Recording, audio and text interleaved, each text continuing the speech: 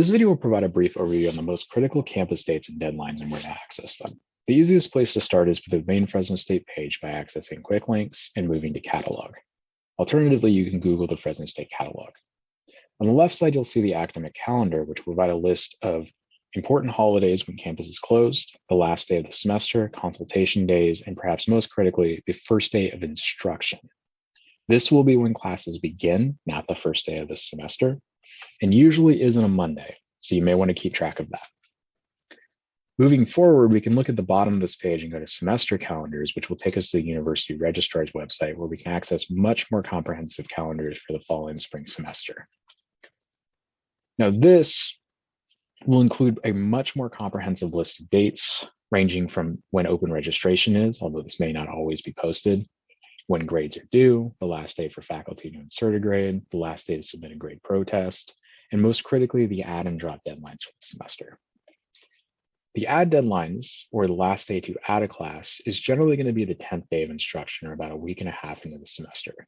This will usually be the last day to add a class without permission and to add a class by waitlist.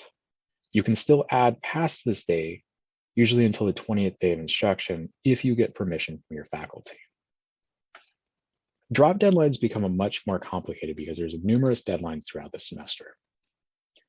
This can be split into multiple areas. The first is when you can drop without permission, which usually goes about 2 or 3 weeks into the semester. This is when you're able to go into your My Fresno State portal and just drop a class without needing permission from anybody. After that period for about a week, depending on the semester, you'll need permission to drop a course, but you won't receive a W on your transcript or need a serious and compelling reason. This generally just means you need the instructor to sign off on a drop withdrawal form. After the 20th day of instruction, we move into the serious and compelling drop withdrawal period. A serious and compelling reason generally is some extreme emotional or medical or some sort of condition that makes it impossible for you to finish the course and is verified by the instructor, usually with some sort of paperwork. What a serious and compelling drop reason is not is that you're failing the class or your job schedule changed or some other reason. Generally, it's pretty difficult. And so by this point, it's better to look into alternatives for maybe possibly retaking the class or working with the instructor to receive it incomplete. In the final 3 weeks of the semester, it becomes almost impossible to drop a class since it has to be beyond the student's control. And this would require not only the signature of the instructor and the chair, but also the Dean of Undergraduate Studies.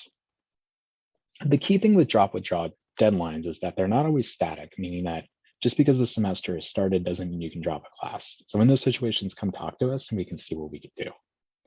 Additionally, because add and drop deadlines are a few weeks into the semester, that means that your schedule doesn't have to be set in stone when the semester starts. So this gives you the opportunity to effectively try it before you buy it when it comes to classes. So if you're concerned about a class, you can enroll in more units and then swap a class out or drop it by the time the add or drop deadlines are coming up. Or if you see through the course syllabi that a class is going to be very intensive, then you're able to drop the class without generally receiving any impact. Usually, if you're expecting to receive financial aid, unless you drop below 12 units, you won't have any tuition impacts. Speaking of financial aid, those deadlines are usually available through the financial aid website, and that includes the FAFSA, the last day of instruction, or the day to pay, and so on.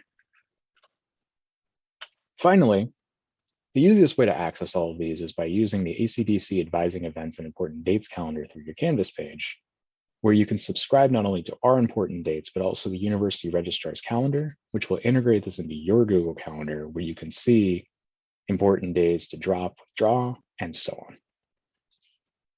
We hope this keeps you a little bit more organized, and just remember to keep track of the important dates.